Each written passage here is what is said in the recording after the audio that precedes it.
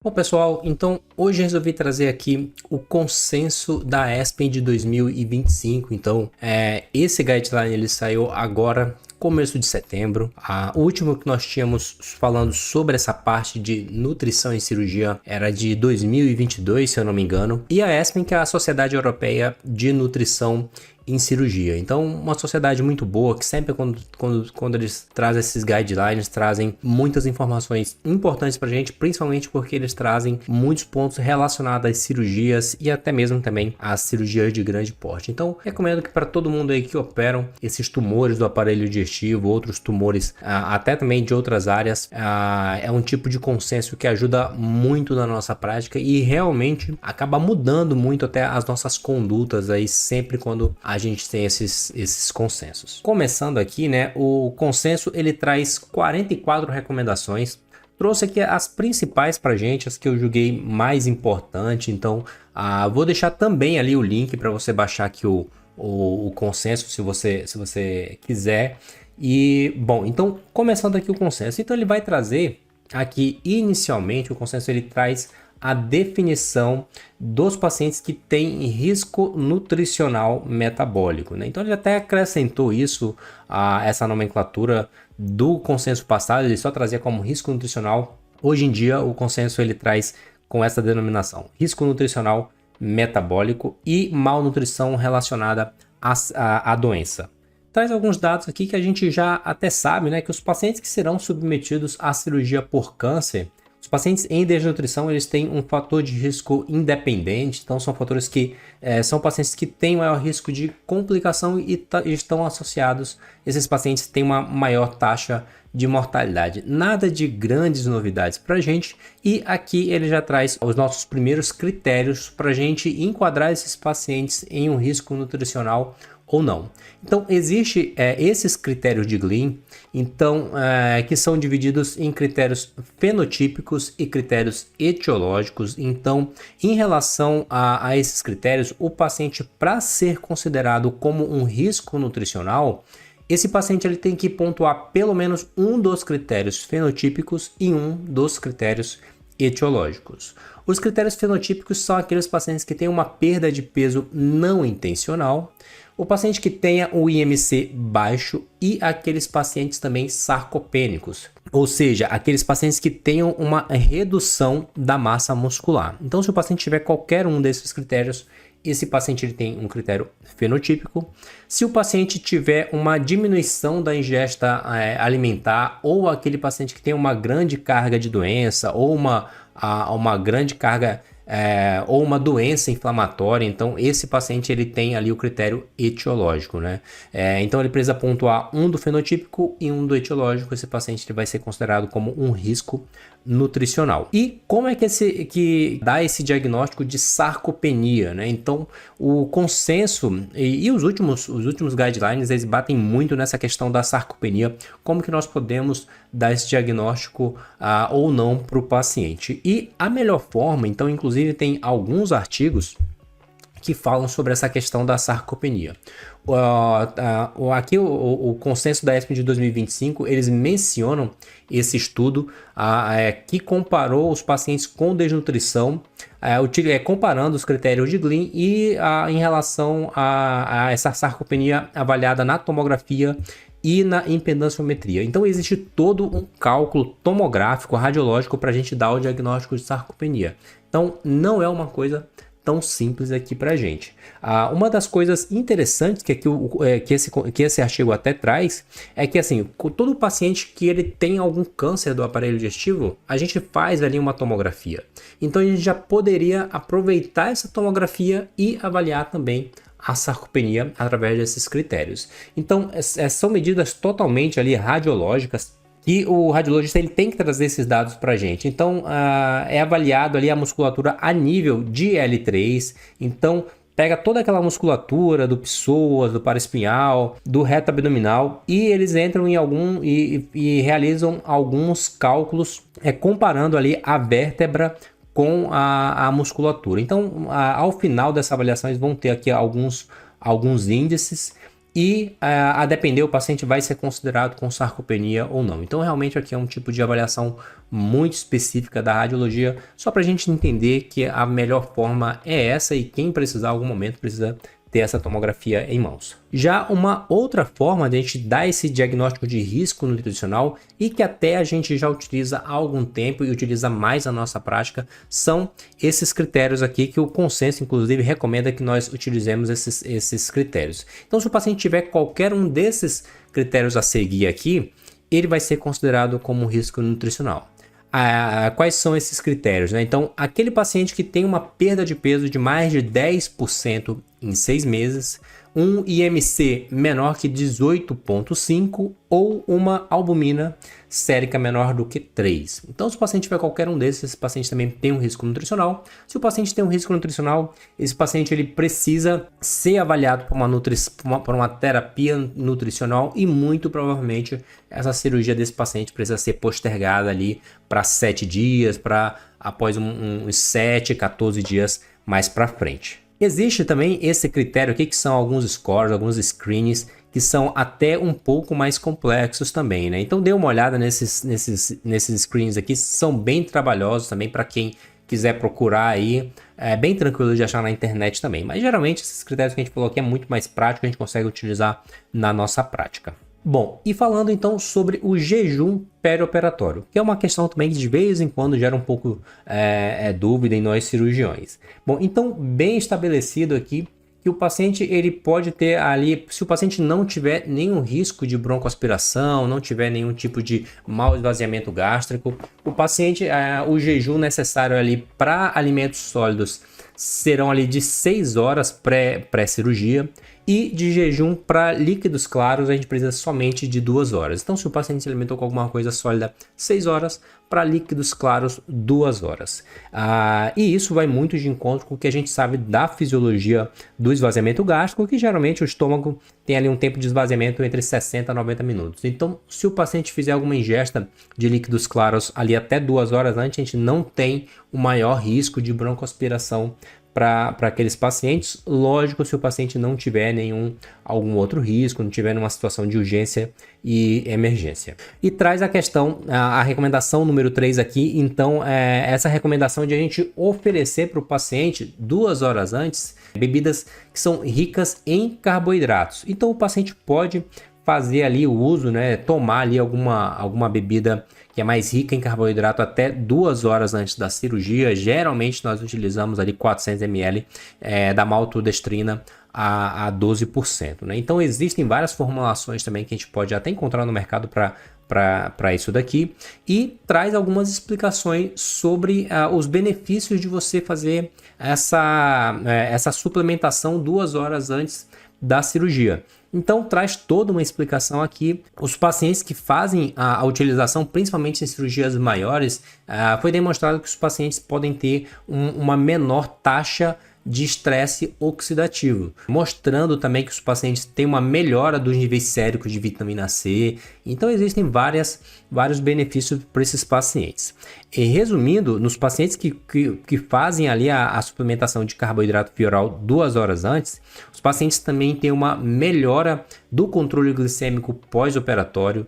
Isso induz uma menor resistência à insulina, gera também melhor bem-estar para o paciente e também mostrando que esses pacientes podem ter até um menor tempo de internação hospitalar. Então sempre que possível a gente pode ofertar essa bebida rica em carboidrato 2 horas antes da cirurgia. Sempre é bom você entrar em acordo também com o seu anestesista, com a equipe anestésica do hospital, né? A gente sabe que a depender ali da equipe pode precisar de um tempo maior de jejum ou não. Em relação ao início da dieta perioperatória, né, pós-operatória. Então nós sabemos que nós podemos iniciar a dieta poucas horas após as cirurgias, se o paciente estiver consciente e hemodinamicamente estável. Então isso daqui muitas das vezes gera dúvida naquele paciente que se encontra às vezes numa unidade de terapia intensiva, que tenha alguma instabilidade hemodinâmica. Então naquele paciente consciente que está estável, acho que já não é uma coisa que a maioria dos cirurgiões, a gente já vê que adota essas condutas que o protocolo ERA já implementou já tem algum tempo, então a gente acaba já liberando uma dieta hídrica nas primeiras horas pós-cirurgia, já sem muito problema hoje em dia.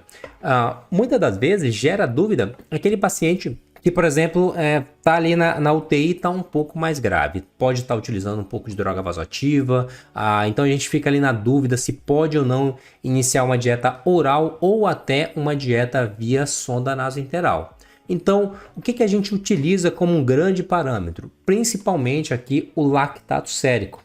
Então, o lactato sérico, se o paciente está tendo ali uma diminuição de droga vasoativa, se ele respondeu bem à fluido-ressuscitação, então isso significa o quê? Principalmente esse lactato sérico, que o paciente ele está tendo ou não uma boa perfusão tecidual. Então, lembrar que o trato gastrointestinal é um dos primeiros sistemas a sofrer com essa vasoconstrição do paciente um pouco mais grave.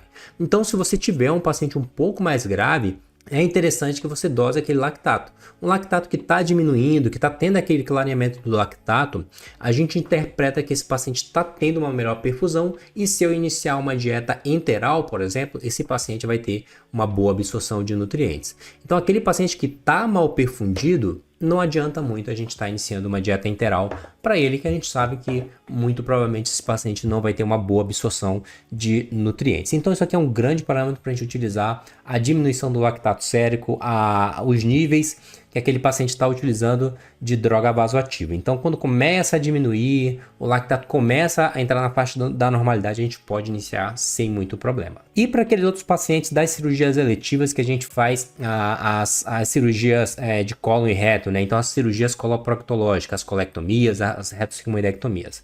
Também muito bem demonstrado que você iniciar uma dieta precoce para esses pacientes não aumenta a taxa de fístula de anastomose. Então é uma coisa que a gente já sabe há algum tempo, a gente vê que a depender do serviço existe um pouco de resistência quanto a isso. Para as ressecções, até para as ressecções pancreáticas também já bem demonstrado que a nutrição, a dieta via oral precoce, ela não aumenta a incidência de fístulas pancreática pós-operatória. Então a gente pode iniciar a dieta via oral para esses pacientes de forma mais precoce. O que permanece incerto ainda são as cirurgias esofágicas, né? Então os pacientes que são submetidos às esofagectomias ainda permanece ali um pouco de dúvida se você pode ou não pode iniciar, a gente acaba não iniciando, né? Então o paciente que é submetido a uma esofagectomia, uma cirurgia de grande porte, permanece ali com dieta via oral zero, mas a dieta enteral ele pode se alimentar também sem muito problema. E entrando aqui para a última parte que eu quero trazer para esse vídeo, então vou fazer também um segundo vídeo complementando aqui o consenso, que ele é muito longo, tá? Então, nessa última parte, então, eu trouxe aqui as indicações de terapia nutricional.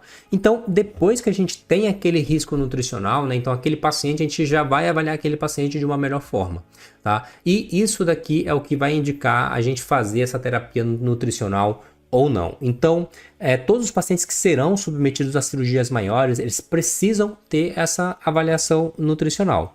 Aquele paciente que tem uma ingesta oral deficiente por mais de 14 dias, é um paciente que a gente sabe que também tem uma maior mortalidade, então isso daqui a gente já falou no início. Tem toda a questão das avaliações através dos critérios de Glean, traz aqui que a tomografia é o padrão ouro para a gente avaliar a questão de composição corporal do paciente. E essa recomendação número 8, que fala sobre os pacientes mais idosos, aqueles pacientes mais frágeis. Então, muito importante que quem trabalha com uma população mais idosa, principalmente ali no nosso serviço do IANSP, a gente sabe que é uma população muito mais geriátrica. Então, é interessante que a gente sempre saiba avaliar esses pacientes aqui. Traz que a faixa etária já não é muito uma coisa que a gente utiliza como rotina os pacientes acima de 65 anos serem considerados idosos. Então, a gente sabe que mais do que a idade, a gente precisa determinar através de alguns critérios ali se o paciente tem ou não tem essa fragilidade.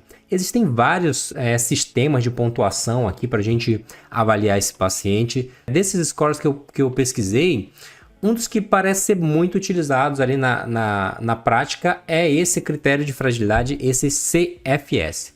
Então, fazendo aqui uma pesquisa rápida, até no próprio Google mesmo, a gente encontra essa escala de pontuação, uma escala bem interessante, que pontua o paciente idoso de 1 a 9, né? Então, tem vários critérios aqui. O 2, aquele paciente que não tem nenhuma doença, que ele consegue fazer suas atividades em casa. E isso aqui vai, a depender do seu grau de dependência, né, do seu status, esse paciente vai pontuando mais. Então, a gente sabe, através desses critérios aqui, que se o paciente está ali nessa escala no nível 1, 2 e 3, é um paciente que tem ali um bom status, muito provavelmente é um paciente que não precisa de muitas outras avaliações.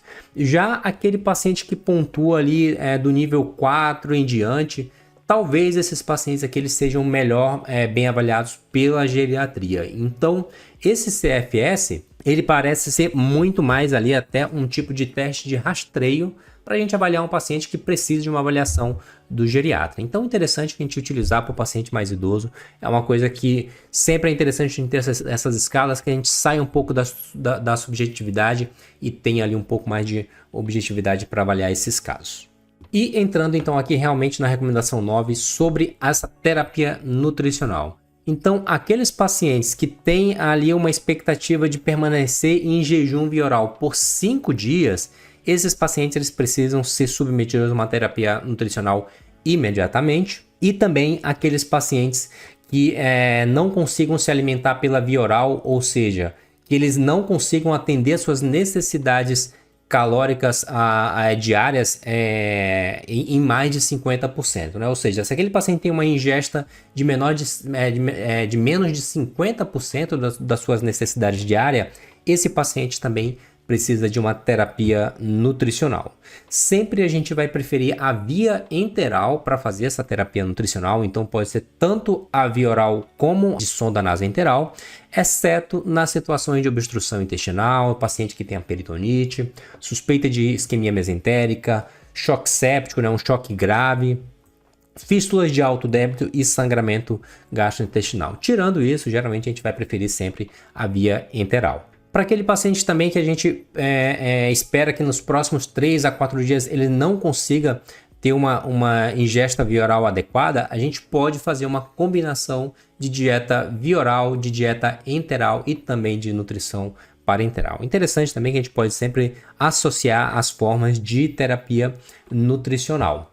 A recomendação número 11 traz que os pacientes que tenham ali aquela contraindicação à via oral e à via enteral, que a gente inicie essa terapia nutricional o mais precoce possível. É uma coisa que é difícil às vezes a gente entender qual que é aquele paciente que vai ficar muito tempo em jejum, mas se a gente tiver esse dado, sempre é importante que a gente já inicie essa terapia, a nutrição parenteral, o mais precoce possível. Lógico que quando a gente também não consegue alimentar aquele paciente com uma sonda nasoenteral. Por exemplo, os casos de câncer de esôfago, de câncer de estômago, né? Aqueles cânceres obstrutivos, essas obstruções mais altas. Se for necessário a nutrição parenteral via catéter venoso central, é interessante sempre que a gente avalie se esse paciente ele vai precisar dessa nutrição por mais de 7 dias. É uma coisa prática para a gente que já ajuda bastante, então para a gente não precisar ficar ali realmente passando um acesso venoso central em todos os pacientes. Se aquele paciente ele tem uma expectativa de necessitar dessa terapia parenteral por menos de 7 dias, esse paciente ele pode ser submetido a essa terapia por via periférica, tá? Então somente para aqueles pacientes que vão precisar de 7 dias ou mais, a gente vai precisar passar um acesso venoso central e utilizar aquela via. Algumas recomendações aqui trazem a questão da glutamina, da arginina pela via parenteral, uma coisa que acaba não sendo tão útil para a gente, já que não é a gente que faz essa formulação da nutrição parenteral, mas parece não ter tanto benefício de você fazer essa terapia parenteral para todos os pacientes. A terapia com glutamina e arginina de forma isolada. Traz também essa questão do ômega 3 também pela via parenteral. E aqui a gente entra na grande indicação de terapia nutricional para a gente. Principalmente para aqueles pacientes que serão submetidos a cirurgias maiores. Se o paciente tiver esse risco nutricional, tiver essa indicação de terapia nutricional, nós vamos utilizar aqui a imunonutrição. Então é uma coisa que já é muito bem estabelecida, a gente utiliza muito na nossa prática, que é fazer a suplementação 5 a 7 dias antes. Então aqui o consenso ele traz que a gente tem que fazer a suplementação 5 a 7 dias antes com uma formulação de imunonutrição, que nada mais é do que uma formulação rica em arginina, ômega 3 e nucleotídeos. Então nós devemos utilizar essa suplementação 7 dias antes da cirurgia e geralmente a gente também faz 7 dias após as cirurgias abdominais maiores e naqueles pacientes que tenham o risco nutricional. Isso demonstrou melhorar esse estresse inflamatório pós-cirúrgico, melhora a função imune do paciente e tem inúmeros estudos aqui que já mostraram que os pacientes têm menor taxa de infecção, menor taxa de complicação, menor morbidade, até menos fístulas pós-operatória também para esses pacientes. Então, e a formulação que a gente utiliza, praticamente a única que tem no mercado, é o Impact da Nestlé, né? Então, sempre a gente prescreve isso para o paciente. Normalmente, a gente orienta o paciente a tomar 3 frascos por dia, por 7 dias antes da cirurgia. Existe também uma segunda forma do paciente tomar, que seriam 2 frascos por dia por 10 dias. Às vezes é até mais interessante também, principalmente para aquele paciente que está tendo menos apetite, que não está conseguindo se alimentar tão bem. Às vezes fazer 2 frascos por dia, 7 dias antes da cirurgia, às vezes é mais factível. Então isso a gente já faz muito na nossa prática, tá? Então sem muito questionamento quanto a isso. O questionamento que fica é se o paciente ele tiver um bom status nutricional. Se tem ou não tem benefício, há alguns estudos mostrando que não parece ter nenhum benefício.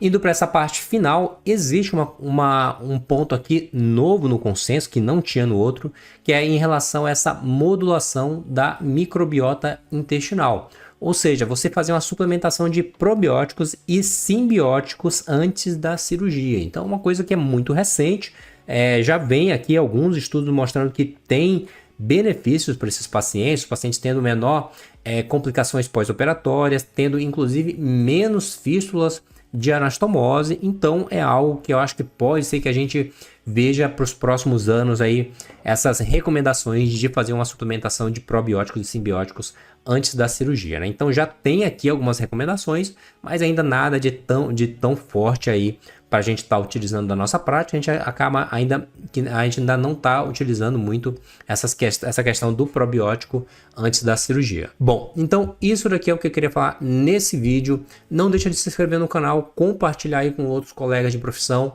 que logo em breve vai ter aqui no canal a segunda parte, que a gente vai falar sobre a nutrição pré-operatória e nutrição pós-operatória. Muito obrigado e até o nosso próximo vídeo.